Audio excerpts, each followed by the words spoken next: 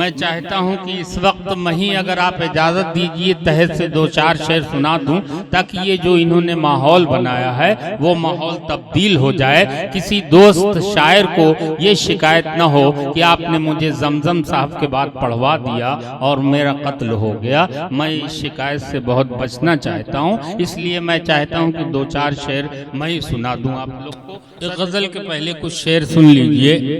ملک زادہ منظور صاحب کی زمین تھی لیکن اس کو ردیف قافیہ تھوڑا تبدیل کر کے یوں کہا کہ ایک غزل حالات میں ڈوبی شاعر کے فریاد کے نام، ایک غزل حالات میں ڈوبی شاعر کے فریاد کے نام، یا لکھوں روداد جفا کے یا شوق ستم ایجاد کے نام، یا لکھوں روداد جفا کے یا شوق ستم ایجاد کے نام۔ اب یہ شعر سنیے کہ ناکامی بربادی حسرت داغ تمنا محرومی۔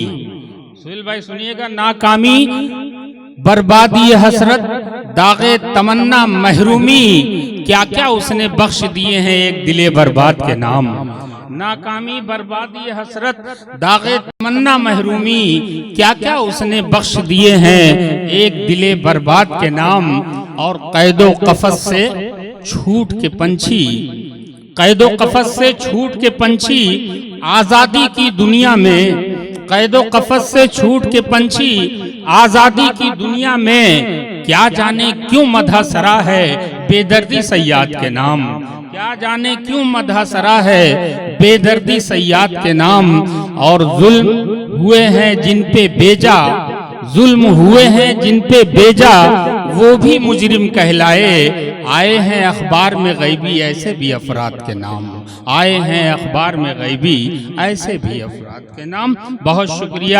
میں نے غزل کا ایک مطلع ایک شعر، یہ حقیقت ہے ملے اس سے زمانہ ہو گیا، مستقیم بھائی سنیے گا، یہ حقیقت ہے ملے اس سے زمانہ ہو گیا، یہ حقیقت ہے ملے اس سے زمانہ ہو گیا، کیوں ہرے ہیں زخم جب، کیوں ہرے ہیں زخم جب قصہ پرانا ہو گیا، یہ حقیقت ہے ملے اس سے زمانہ ہو گیا۔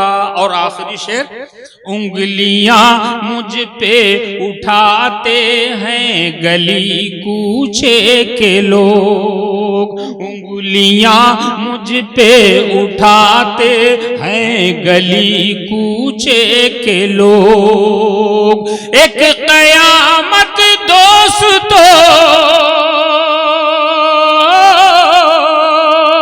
ایک قیامت دوستو دل کا لگانا ہو گیا۔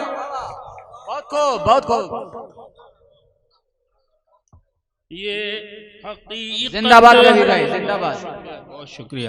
یہ حقیقت ہے ملے اس سے زمانہ ہو گیا، کیوں ہرے ہیں زخم تو، کیوں ہرے ہیں زخم جب قصہ پرانا ہو گیا، یہ حقیقت ہے ملے اس سے زمانہ ہو گیا۔ بہت شکریہ دوستو، آپ کی باتیں میں نے رکھی۔